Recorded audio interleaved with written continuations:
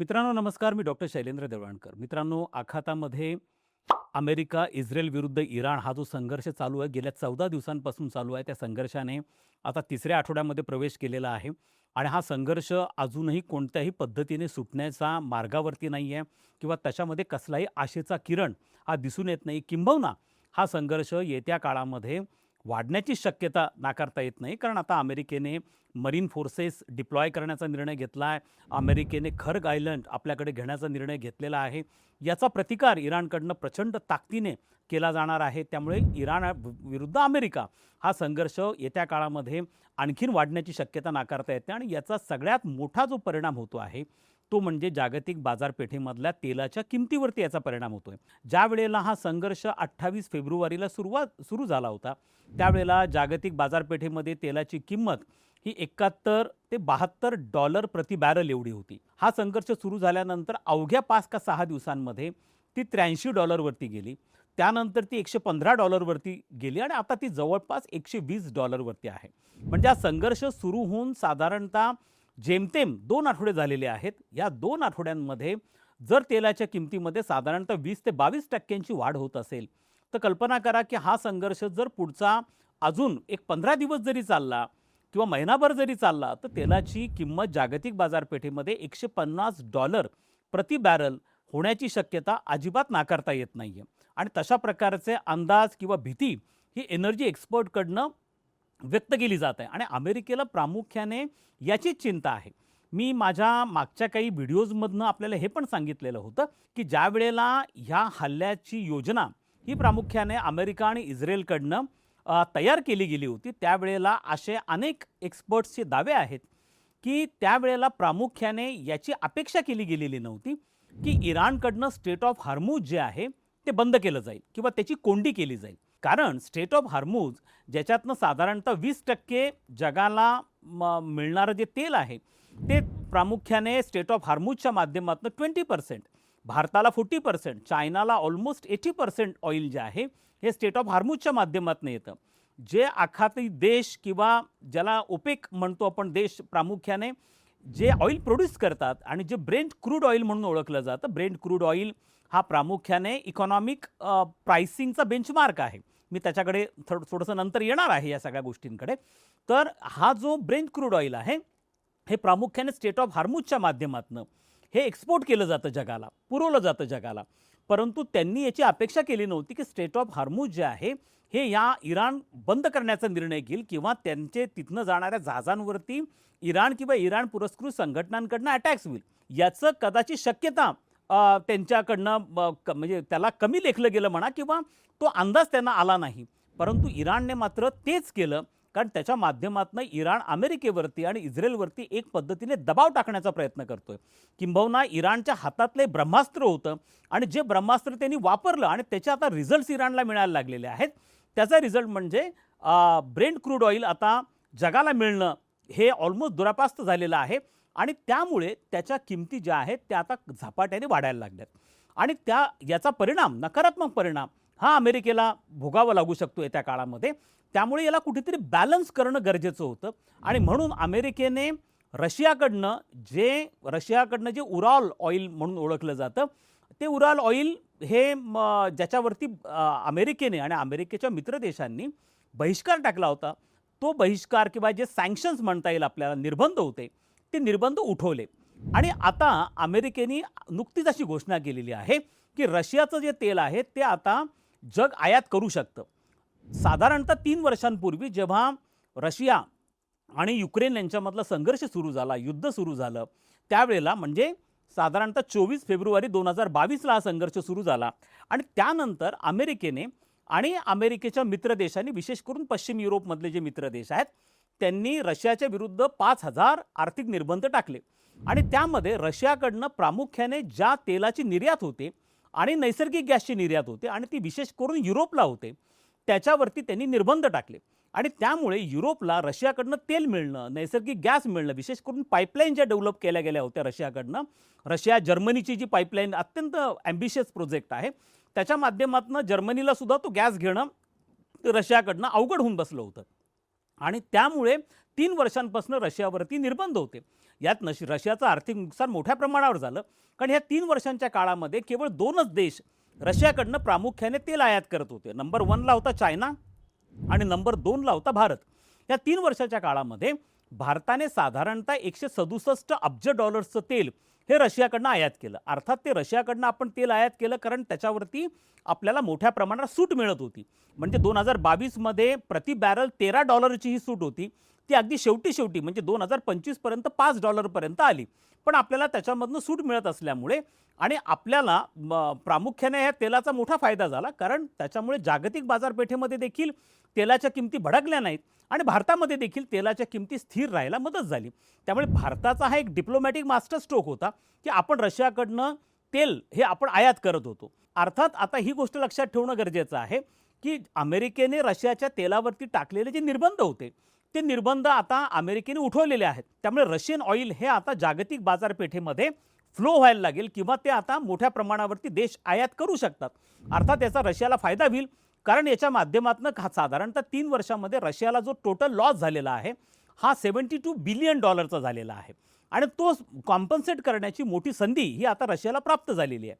अर्थात त्याच्यात एक अतिशय महत्त्वाचा भाग असा आहे की याचा भारताला फार मोठा फायदा होणार आहे. तो कसा होणार आहे हा प्रामुख्याने आपल्याला आपला आजच्या ह्या व्हिडिओचा मुख्य उद्देश आहे. तो भारताला कसा होईल बघा. तर साधारणतः अगदी मागच्या महिन्यापर्यंत भारत रशियाकडनं 11 लाख बॅरल्स एवढं तेल हा रशियाकडनं भारत घेत होता. त्यामध्ये अमेरिकेने आपल्यावरती दबाव टाकलेला असला, निर्बंध टाकलेले असले आणि ज्या 2 रशियन कंपन्यांबरोबर आपला करार होता, विशेष करून रिलायन्स कंपनी जी इम्पोर्ट करायची, त्या रॉझनेट असेल आणि लुकॉईल या दोन्ही कंपन्यांवरती अमेरिकेने निर्बंध टाकलेले होते आणि त्यामुळे आता हे निर्बंध उठवले गेलेले आहेत. भारत आता साधारणतः 30 लाख बॅरल्स प्रतिदिवस एवढं आपण रशियाकडनं आता तेल घेतो. म्हणजे मी तुम्हाला मागे पण सांगितलं की आपली प्रतिदिवशी तेलाची जी गरज आहे ती साधारणतः 55 लाख बॅरल्स एवढं तेल भारताला प्रतिदिवशी भारत आयात करतो. त्यापैकी साधारणतः 19 ते 20 लाख बॅरल्स हे आपण स्टेट ऑफ हॉर्मुझमधनं आपल्याला येत होतं, जे आता बंद झालेलं आहे. त्यामुळे आपण आपला जो साधारणतः 19 ते 20 लाख बॅरलचा जो लॉस होता तो आता आपल्याला कॉम्पन्सेट करण्यासाठी रशियाकडनं आपण साधारणतः 30 लाख बॅरल्स एवढं तेल आपण आता घ्यायला लागलेलो आहे. अर्थात याच्यामुळे एक मोठा फायदा आपल्याला असा होणार आहे आणि जो तांत्रिक भाग आहे त्यामुळे तो काळजीपूर्वक समजून घ्या. तो असा आहे की जे क्रूड ऑइल आहे, ज्याला आपण खनिज तेल मराठीमध्ये म्हणतो, हे खनिज तेल जे आहे या खनिज तेलाचे प्रकार असतात. म्हणजे या खनिज तेलाचे अनेक उपयोग आहेत. त्याच्यातला एक उपयोग आपल्याला माहिती आहे तो आहे पेट्रोल डिझेलचा. पण याशिवाय देखील या खनिज तेलाचे अनेक उपयोग असतात. त्यामुळे ह्या खनिज तेलाची गुणवत्ता कशी, क्वालिटी कशी आहे याच्यावरनं त्याचे प्रकार पडतात आणि ते जे प्रकार आहेत त्या प्रकार प्रामुख्याने आपल्याला आज समजून घ्यायचे आहेत. साधारणतः जेव्हा खनिज तेल येतं त्या खनिज तेलामध्ये त्या खनिज तेलाचं थिकनेस किती आहे हा सगळ्यात महत्त्वाचा भाग आहे. त्याचं वेट हा बघितलं जातं. त्यानंतर स्वीटनेस, म्हणजे आता स्वीटनेस म्हणजे गोड आहे की असा भाग नसतो, पण स्वीटनेस म्हणजे त्याच्या सल्फरचं प्रमाण किती आहे, त्याला म्हणतात सल्फर इम्प्युरिटीज. तर त्याच्यामध्ये सल्फरचं प्रमाण किती आहे हे प्रामुख्याने त्याच्यात पाहिलं जातं आणि तो एक आणि त्याच्यानंतर एक टॅन फॅक्टर म्हणून असतो. म्हणजे त्याच्यामध्ये ॲसिडचं प्रमाण किती आहे. म्हणजे वेट, स्वीटनेस आणि ॲसिड असे 3 प्रामुख्याने घटक असतात ह्या खनिज तेलामध्ये आणि त्याच्यावरनं त्याची गुणवत्ता ठरत असते. त्यामुळे अनेकदा लाईट किंवा हे ज्याला आपण म्हणतो की लाईट क्रूड ऑइल आणि हेवी क्रूड ऑइल, अर्थात लाईट क्रूड ऑइल ज्याला लाईट आणि स्वीट क्रूड ऑइल असं म्हटलं जातं. तर लाईट आणि स्वीट क्रूड ऑइल म्हणजे ज्याला रिफाईन करण्याचं कष्ट कमी लागतात आणि प्रामुख्याने पेट्रोल आणि डिझेल म्हणजे आपण जे आपल्या गाड्यांमध्ये वापरतो पेट्रोल डिझेल ते लाईट आणि किंवा लाईट आणि स्वीट क्रूड ऑइलचा तो प्रकार असतो आणि ते ब्रेंट क्रूड ऑइल आहे. आणि ब्रेंट क्रूड ऑइल हे प्रामुख्याने लाईट आणि स्वीट क्रूड ऑइल म्हणून ओळखलं जातं. म्हणजेच काय की त्याच्या सल्फरचं प्रमाण हे कमी असतं आणि सल्फरचं प्रमाण कमी असल्यामुळे त्याच्या रिफायनरिंगमध्ये फारसे कष्ट लागत नाही किंवा खूप मोठी प्रोसेस त्याच्यामध्ये इन्व्हॉल्व नसते. या उलट जे दुसरं प्रकार आहे ज्याला शेल ऑइल असं म्हणतात किंवा जो WTI म्हणजे वेस्ट टेक्सास इंडेक्स म्हणून आहे आणि मग रशियन ऑइल आहे जे उराल ऑइल म्हणून सुद्धा ओळखलं जातं. अर्थात हे लक्षात ठेवणं गरजेचं आहे की ब्रेंट क्रूड ऑइल असेल किंवा WTI असेल, हे जे आहेत हे प्रामुख्याने तेलाच्या गुणवत्तेनुसार ठरलेले प्रकार नाही आहेत, तर हा प्राइसिंगचा बेंचमार्क आहे. म्हणजे किंमत ठरवण्याचा एक बेंचमार्क आहे. ब्रेंट क्रूड ऑइल हा किंमत ठरवण्याचा बेंचमार्क आहे. WTI हा किंमत ठरवण्याचा बेंचमार्क आहे. त्याच्या आधारावरती तेलाच्या किमती विशेष करून जो नॉर्थ युरोप आहे किंवा नॉर्थ सी आहे याच्या माध्यमातून ठरवलं जातं. युरोपियन देशांमध्ये त्याची जी किंमत ठरवली जाते, जसं अमेरिकेमध्ये WTIच्या माध्यमातून ठरवली जाते, तसं युरोपियन देशांमध्ये तेलाची किंमत ही ब्रेंट क्रूड ऑइलच्या माध्यमातून ठरवली जाते. मग हा प्राइसिंगचा बेंचमार्क आहे, हे प्रामुख्याने लक्षात ठेवा. अर्थात आपल्याला हे लक्षात ठेवणं गरजेचं आहे की म्हणून ब्रेंट क्रूड ऑइलची मागणी जगभरामध्ये प्रचंड मोठ्या प्रमाणावरती आहे, कारण त्याच्यामध्ये सल्फरचं प्रमाण कमी आहे आणि ते कमी असल्यामुळे सल्फर इम्प्युरिटीज हे बाजूला कराव्या लागतात आणि मग नंतर तुम्हाला ते जे मिळतं ते पेट्रोल आणि डिझेल म्हणून तुम्हाला वापरता येतं. अर्थात याच्यातलं एक बाब लक्षात ठेवणं गरजेचं आहे की जे ब्रेंट क्रूड ऑइल सगळ्या जगभरात त्याची डिमांड आहे ते आता पूर्णपणे स्टेट ऑफ हार्मुजमुळे ठप्प झाल्यामुळे आता रशियन ऑइल हे आलेलं आहे. अर्थात रशियन ऑइलमध्ये एक महत्त्वाचा ड्रॉबॅक जो असा आहे तो असा आहे की याच्यामध्ये सल्फरचं प्रमाण जे आहे ते थोडं जास्त आहे compare to Brent crude oil आणि त्यामुळे सल्फर इम्प्युरिटीज ज्या आहेत त्या रिफाईन कराव्या लागतात. म्हणून हे जे तेल आहे हे रिफाईन करावं लागतं. रशियाकडनं आलेलं, ज्याला उराल ऑइल आपण असं म्हणू शकतो ब्रॉडली, त्याला एक प्रोसेस आहे त्याला रिफाईन करण्याची आणि त्यासाठी विशिष्ट मशिनरी लागती, त्यासाठी विशिष्ट टेक्नॉलॉजी लागती आणि ती विशिष्ट मशिनरी आणि टेक्नॉलॉजी भारताकडे आहे. ती विशेष म्हणजे गुजरातला जामनगरमध्ये भारताकडे तशा प्रकारच्या रिफायनरीज आहेत की ज्या व्हेनेझुएलामधनं मिळणारं ज्याला थिक ऑइल, हेवी ऑइल, की ज्यामध्ये ज्याचं वेट पण जास्त आहे आणि ज्याच्यामध्ये ॲसिडचं प्रमाण पण जास्त आहे आणि ज्याच्यामध्ये सल्फरचं पण प्रमाण पण जास्त आहे, त्याला देखील रिफाईन करण्याची क्षमता भारताकडे आहे. त्याचप्रमाणे रशियन ऑइलला देखील रिफाईन करण्याची क्षमता भारताकडे आहे आणि ही फार कमी देशांकडे आहे. फार बोटार मोजण्या एवढ्या देशांकडे हे जे आहेत other than Brent crude oil refine करण्याची क्षमता आहे. त्यापैकी भारत एक येतो. त्यामुळे आता जरी जगाला अलाउड केलं असलं अमेरिकेने की तुम्ही रशियाचं तेल घ्या, तरी फार कमी देशांकडे त्याला रिफाईन करण्याची पोटेन्शियल कॅपॅबिलिटी किंवा क्षमता आहे आणि ती भारताकडे असल्यामुळे भारत आता रशियन तेल जास्तीचं घेऊ शकतो.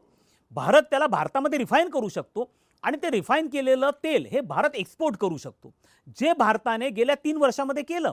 म्हणजे बघा कसं की भारत रशियाकडनं तेल घेत होता, ते तेल आपल्याकडे प्रामुख्याने रिफाईन केलं जात होतं आणि रिफाईन केलेलं तेल आपण युरोपला निर्यात करत होतो. म्हणजे साधारणतः मागच्या वर्षीपर्यंत जर्मनीला सगळ्यात जास्त तेल पुरवठादार करणारा देश कोणता होता, तो भारत होता.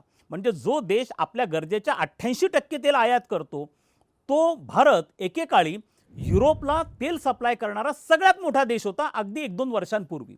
पण नंतर आपण रशियाकडनं तेल घेणं कमी केलं आणि त्याच्यामागे कारणं पण अशी होती की आता जी सूट आपल्याला रशियाकडनं मिळत होती, कारण ओव्हरऑलच ऑइलच्या किमती कमी झालेल्या होत्या जागतिक बाजारपेठेमध्ये, त्यामुळे त्याच्यामधनं काही विशिष्ट सूट मिळते अशातला भाग नव्हता. आपण आखाताकडनं पण तेल घ्यायला सुरुवात केलेली होती. आता भारताला पुन्हा एकदा मोठा फायदा घेता येईल. म्हणजे भारताला आपली गरज भागवून रशियाकडनं आपण जे ॲडिशनल तेल घेऊ ते तेल रिफाईन करून आपल्याला अशा देशांना देता येऊ शकतं की ज्या देशांकडे रशियन ऑइल रिफाईन करण्याची मशिनरी नाही आहे किंवा त्या संदर्भातलं आवश्यक इक्विपमेंट्स नाही आहेत, जे भारताकडे आहेत. त्यामुळे भारताची केवळ आपली स्वतःची गरज भारताला भागवता येणार नाही, तर भविष्यामध्ये ही शक्यता नाकारता येत नाही आहे की भारत तेलाची निर्यात देखील करू शकतो. त्यामुळे भारताला हा एक ॲडिशनल ॲडव्हान्टेज आहे जो भारत येत्या काळामध्ये एक्सरसाइज व्यवस्थित पद्धतीने करू शकतो. आता ह्या सगळ्या ज्या टेक्नॉलॉजीज भारताने गेल्या काही वर्षांमध्ये विकसित केल्यात, विशेष म्हणजे ऑइल स्टोअर करण्याची क्षमता, म्हणजे ही साधारणतः भारताची 1-2 दशकांपूर्वी जी जेमतेम 15 ते 25 दिवसांपर्यंत होती, ती साधारणतः आता 2.5 महिन्यांपर्यंत जाऊन पोहोचली आहे. त्याच पद्धतीने जसं मी तुम्हाला सांगितलं की क्रूड ऑइलचे जसे प्रकार असतात, लाईट आणि स्वीट क्रूड ऑइल आपण ज्याला म्हणू, किंवा हेवी आणि सोर क्रूड ऑइल जे असतात, व्हेनेझुएलाचं असेल किंवा रशियाचं असेल, या दोघांनाही रिफाईन करण्याची जी क्षमता भारताने, जे पोटेन्शियल भारताने गेल्या काही वर्षांमध्ये विकसित केलं आहे, हा आपला एक मोठा ॲडव्हान्टेज आहे, ज्याच्या माध्यमातून भारताला येत्या काळामध्ये तेलाची निर्यात देखील करता येऊ शकते. त्यामुळे मला असं वाटतं की भारताच्या दृष्टीने हा एक ॲडिशनल ॲडव्हान्टेज आहे. अर्थात हा संघर्ष कोणत्या दिशेने जातो पुढे, पुन्हा तेलाच्या किमती कशा पद्धतीने वाढतात, या सगळ्या गोष्टींवरती या सगळ्या गोष्टी निर्भर करतात. मात्र रशियन तेल पुन्हा एकदा जागतिक बाजारपेठेमध्ये फ्लो करायला लागल्यामुळे भारताला जसं 2 वर्षापूर्वी भारताने या सगळ्या गोष्टींचा फायदा घेतला होता आणि भारत तेलाचा एक प्रमुख निर्यातदार बनला होता, तशाच प्रकारची संधी पुन्हा एकदा भारताला चालून आली आहे.